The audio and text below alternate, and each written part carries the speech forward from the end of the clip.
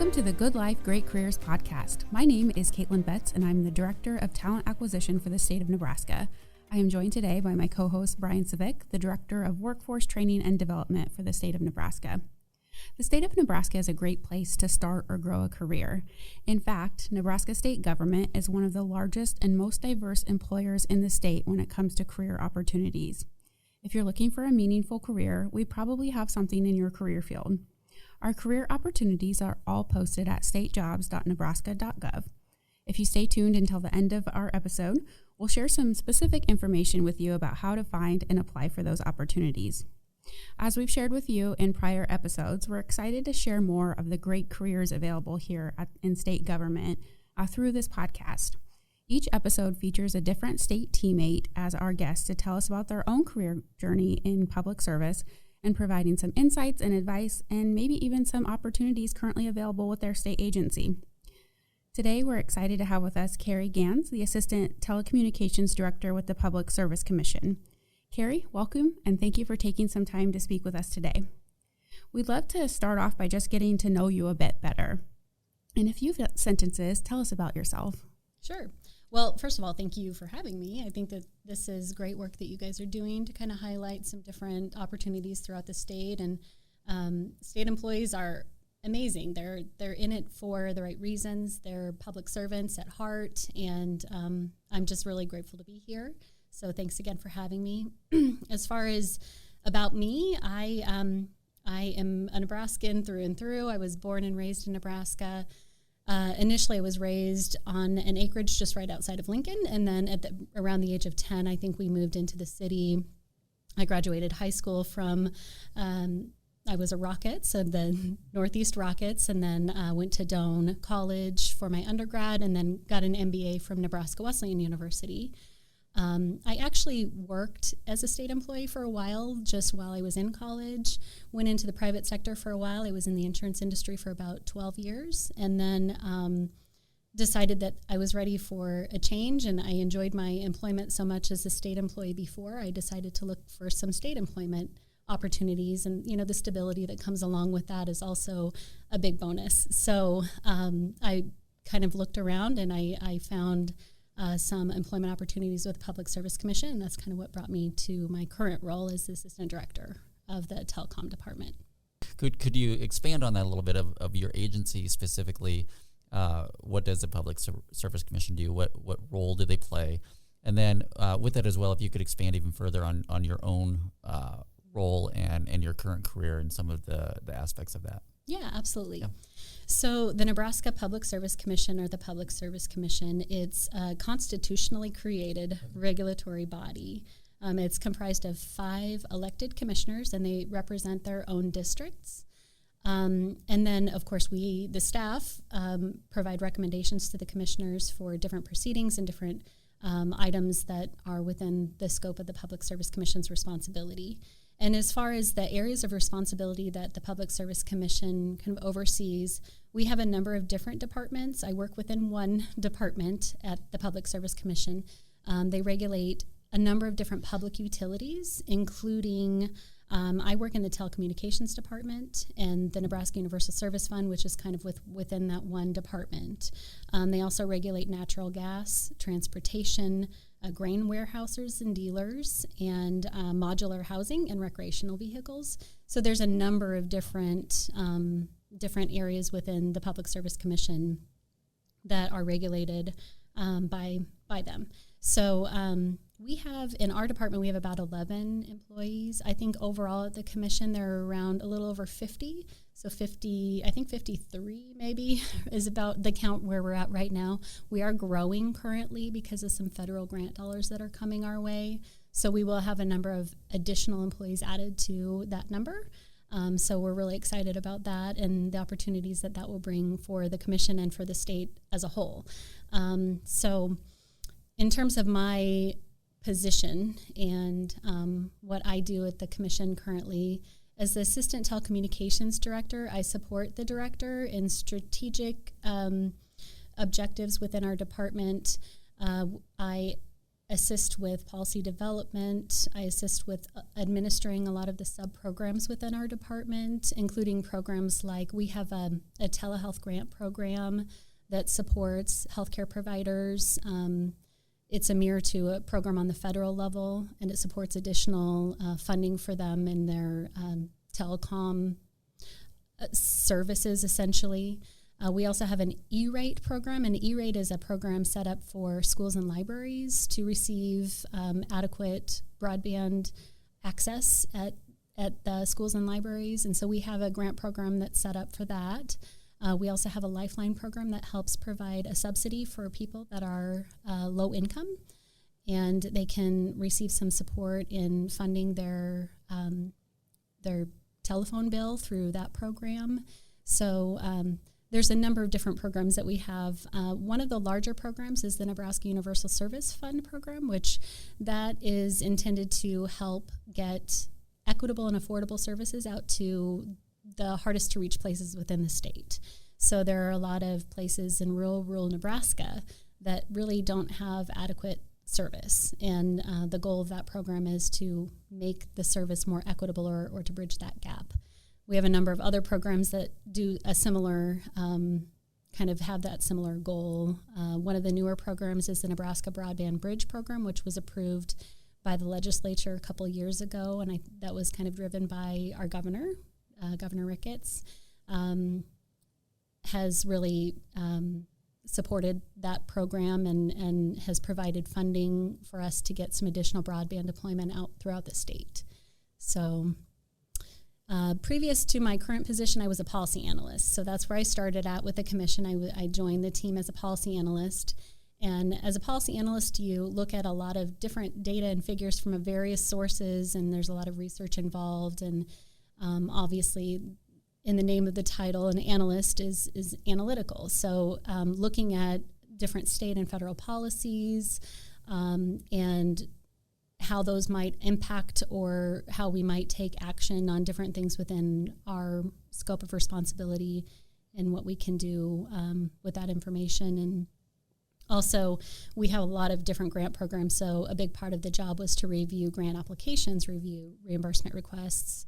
We obviously, with that much money going out, there's also audit processes in place where we have to make sure that those participating in the programs are using the funds properly. So I was also involved in that audit process. So yeah, there's a lot of, without getting into the nitty gritty, I think that probably gives a pretty good picture of what I did in previous roles. It sounds like the commission is responsible for a lot of really important things. What have you found to be the most rewarding aspect of your current role? For me, the most rewarding part of my current role is knowing that, kind of keeping an eye on the bigger picture. When you see really kind of your work come to fruition. So you see that this small community in Nebraska now has broadband deployment, and that's in part because of this program that we established. And those people now can access the services that they really need for their education, their health, and just a number of things. I mean, think of if you didn't have access to broadband, how different your lives would be. I think sitting in Lincoln, Nebraska, with the availability that we have here in town, sometimes we're blind to the fact that there really is a gap in equity and in the different availabilities, the availability across the state. So I think seeing that, really seeing those communities get built, I think that's the most rewarding part of what I do.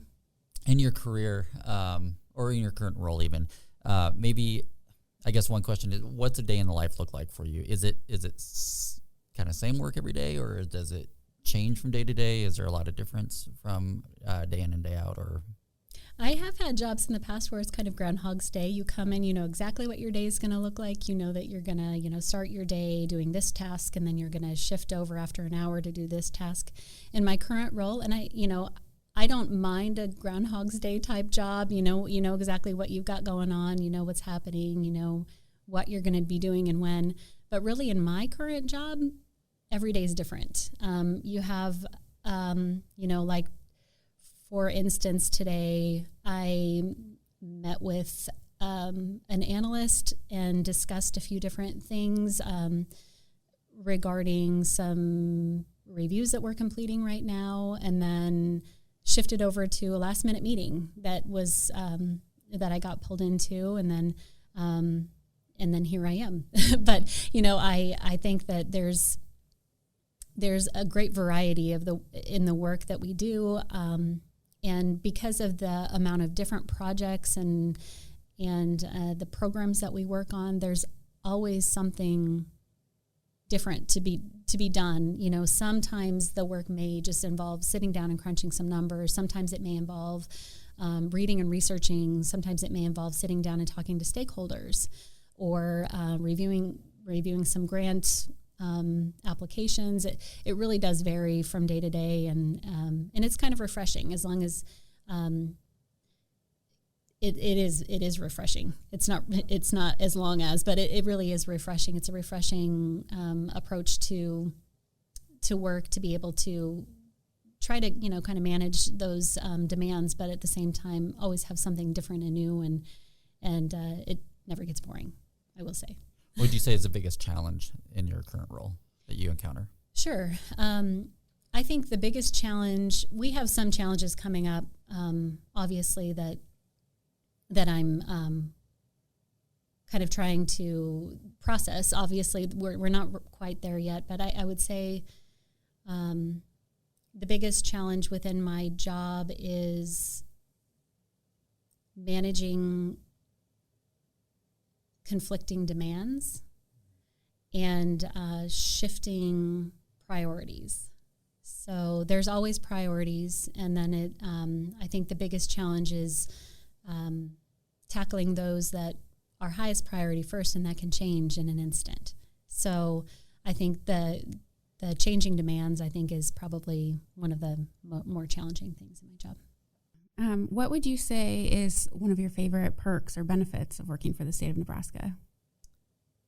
And this is really just my personal opinion, but for working in my current job, I feel like one of the larger perks or benefits is that I have really a fantastic team to work with. I have the staff at the commission. They're professional and they're thoughtful and they're engaged and they're talented, and we approach the work and with passion, but we still have fun while doing it. So it's I always have believed that serious work doesn't necessarily require a serious face. So if we can, enjoy the process, even though we may face challenges and we may have conflict, but in the end, we all have a common goal, and I think that working towards that common goal together and kind of enjoying the process as we go through it, I think is probably, to me, the biggest perk. I mean, you could obviously say, oh well, it's a fair, comprehensive package of benefits and those things, but really, when it comes down to it, I think it's enjoying the job that you do and the people that you work with. I think that's probably the most important thing for me. Yeah, absolutely. You mentioned, you have fun while you're also accomplishing really meaningful work. And I think that kind of goes against some of the stereotypes people have of government employees, which is what I experience all the time. We're not those stereotypical government employees. What else has surprised you about working for state government? I've also heard that, state government employees, they're protected by the union, or they're union employees, and they don't really have a passion or a drive. They don't work hard. And I mean, honestly, in my experience, all of the people that I worked with, both when I was a state employee before and in my current employment, all of the people that I've worked with have been passionate about what they do. And they're not just sitting to the side and just waiting for things to happen. I mean, most everyone really cares about what they're doing and why they're doing it. And our, we're fortunate, and I've been fortunate in both my jobs before and this job. We have great leadership that helps kind of drive that mission and that vision of what we're doing and why it's important. And so I think that helps, but also it's just we're there service a common goal. And I think that most everyone is very passionate about what they do and why they do it. So you mentioned earlier that sometimes your day involves working with stakeholders. Are you working directly with citizens of Nebraska? Are you working with who are the stakeholders that you're working with? Sure. So now currently we have a pretty large project ahead of us. We have the broadband. It's BEAD. It's called Broadband Equity Access and Deployment, and it's a fund through the IIJA or the NTIA, and with that work, the state we've applied for funding through this federal grant program, and Nebraska could receive anywhere from $100 to $200 million for deployment of broadband. And there's a number of stakeholders within that process that we'll be working with. Currently, we're working with, in our current work, we work with lobbyists and attorneys and a lot of people within the telecommunications industry. But with the work with the BEAD program, that will expand out. We will be out in the communities. We will be talking with the citizens within those communities to assess needs and make sure that what is reported as their speeds that they're currently receiving is accurate. We want to get out there and make sure that that their voice is heard. So, and that's one of the positions that we'll have come open within the commission is an outreach coordinator. So that person will be responsible for getting out into the communities, working with tribal entities, working with, individuals in minority groups, and really making sure that we're assessing the needs out in our communities within the state to ensure that that the funding is going to the right places. So, yeah. And it currently in the hiring market, it's a job seekers market. You mentioned a position that's going to be coming open. Could you share about some of the opportunities within your agency, either currently or that will be coming up? That job seekers should take a look at that.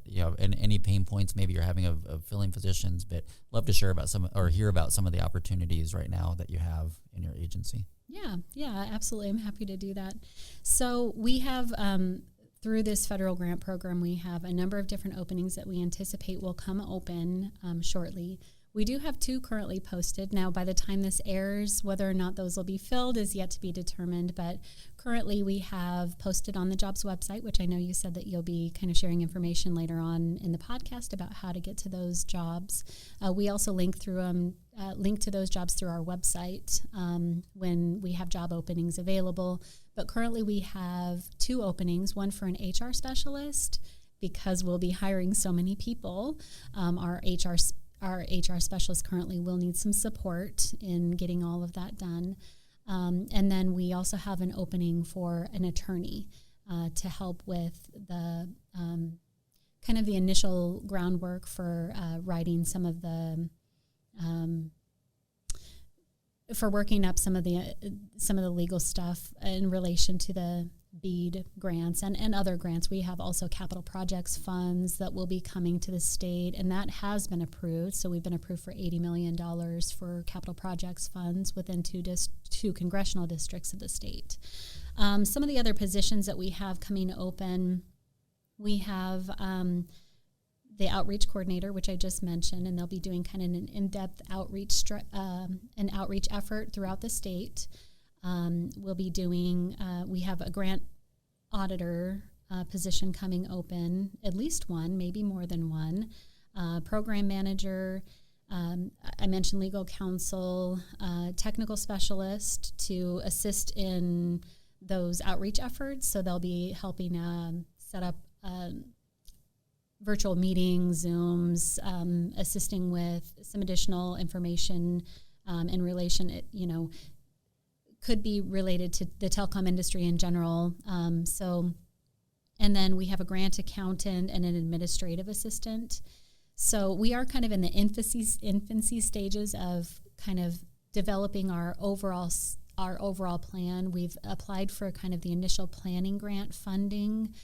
We will be as we go through the process, obviously developing this out more, and in terms of just our overall strategy with our internal stuff as well as the external deployment piece of it. So those things will kind of be developed as we go. We're also looking into some contractual agreements and that sort of thing to fill some of these needs, but we will have a number of different positions come open at the agency. Sounds like you have a lot of great opportunity in a variety of fields that you're looking to fill. What would you say to someone that maybe hasn't considered a career in public service or think that it's not for them? What advice would you give in considering it? Well, I would say that I guess it would depend upon the reasons for their reservations. And I mean, I can only speak from my own perspective, but I think that a career in public service is a rewarding career. You have the opportunity to really improve the lives of your fellow Nebraskans when you're working for the state of Nebraska. And I think that in terms of any reservations that someone might have in terms of why they may not want to apply for a job at the state or seek some sort of opportunity at the state, I think that one thing to keep in mind is that particularly in relation to the jobs that the Public Service Commission may have open, our leadership is passionate about developing its people. And if you have, if you're hired for a job and you really have an interest in working in some other area or doing something, if there's a good case for that, you'll likely have support, and you'll likely be able to kind of pursue those other areas and opportunities, as long as it makes sense, I guess.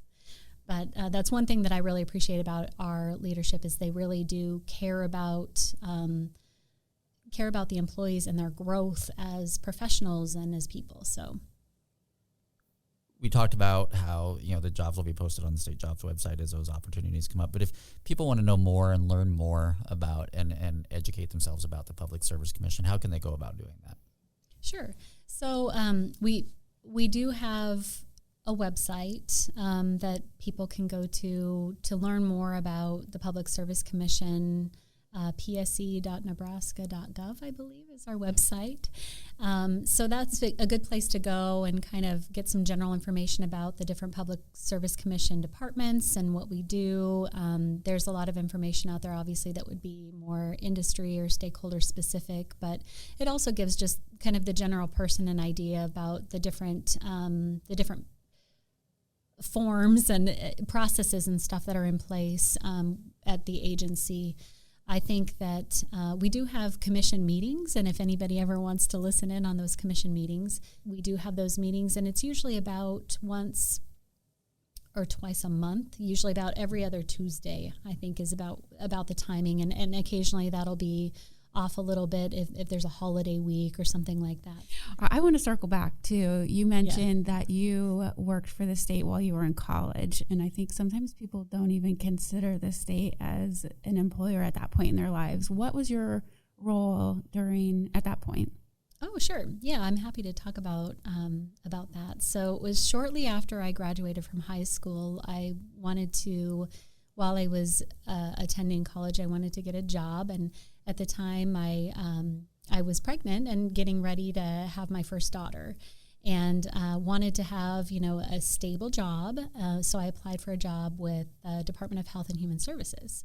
So I worked for the Department of Health and Human Services. I started out as a secretary there, and I worked as a secretary. I moved into an administrative assistant role with the food stamp department, and I worked with the food stamp and the Medicaid and the AABD, all of those programs as an administrative assistant.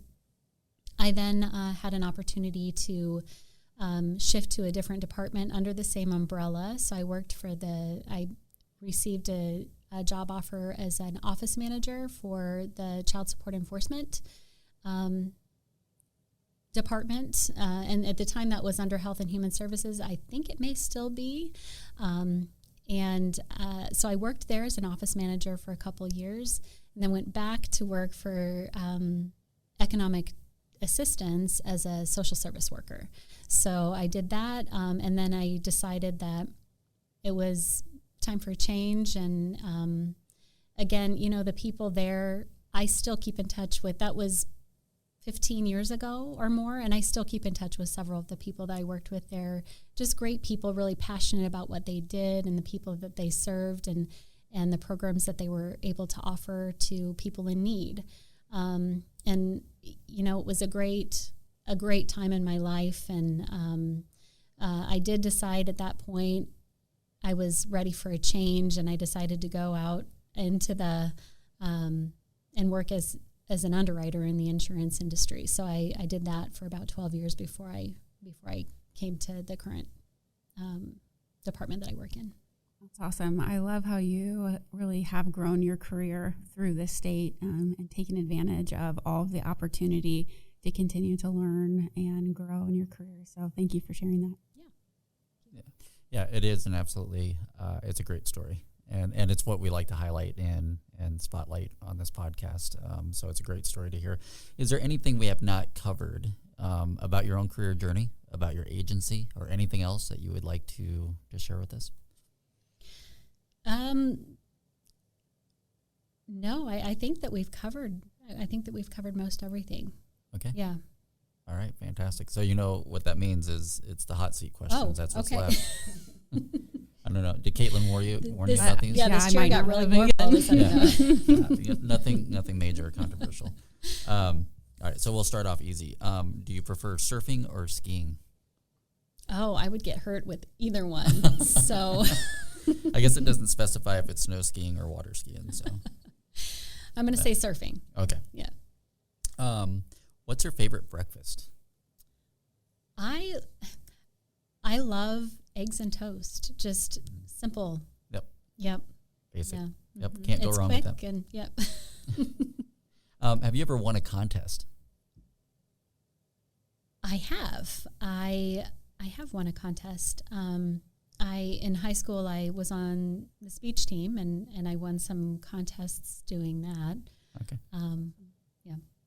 Do you get a trophy or anything or a prize? Usually ribbons. Ribbons. Okay. Yeah. Okay. Usually ribbons. All right.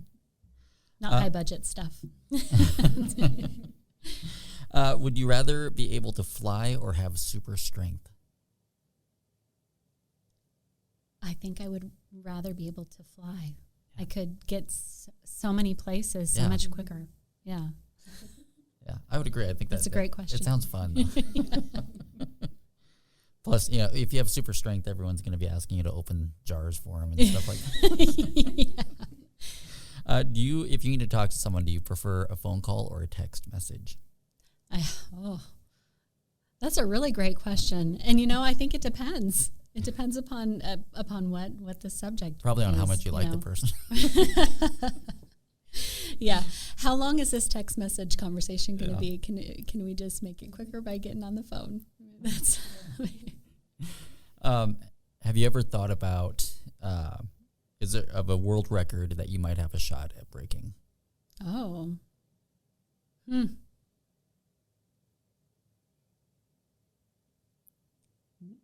That I have no clue. I stumped her. So I'm gonna say no. I have not thought of a world record. Yeah. It would stump me too. Yeah, I'll confess I've thought about it, but pretty much everything I could probably do is not a category. Same. So I guess maybe I would have a world record if it was a new category. I don't know. Do you learn best by watching or by doing? Doing. Yep. Absolutely. Yeah. Yeah. What's your favorite color? Blue. Really? Yeah. Has it always been blue? It's kind of morphed from a green to a green blue, and now it's just straight up blue. Okay. But yeah, I think probably throughout my life it's maybe been every color at one point or another. Yeah. Yeah. What is the most valuable leadership advice you've ever been given? Well, I think that in terms of leadership advice, it's one of those things that you hear a lot of different leadership styles, and I think that the key is to kind of grab onto those that make the most sense to you and that work best with your leadership style. For me, I've always kind of loved the servant leadership style. I want to make sure that anyone that I'm leading has what they need to succeed, and that I can be there to support them in those efforts. So I think that that's probably some of the best advice that I've received is listen to what they need. Yeah, great. Listen to what they're not saying, really. Yeah, that's key too. Yep, fantastic. What's the last thing you Googled? Oh,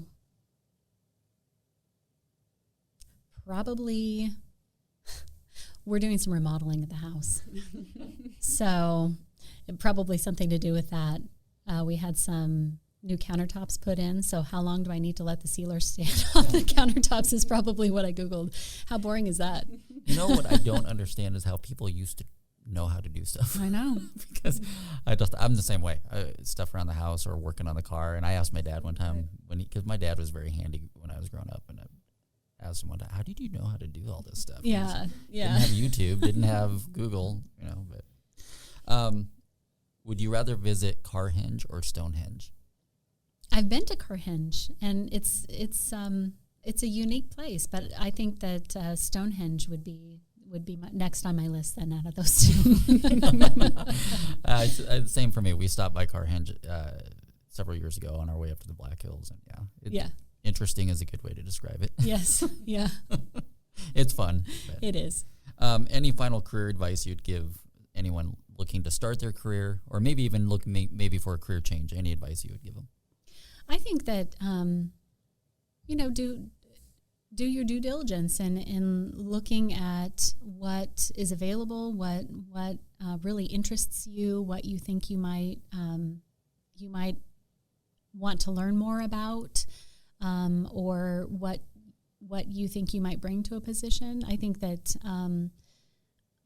that really paying attention to those job postings and approaching things with an open mind, I think that's probably a good approach for anyone looking for a new job or a change in their career.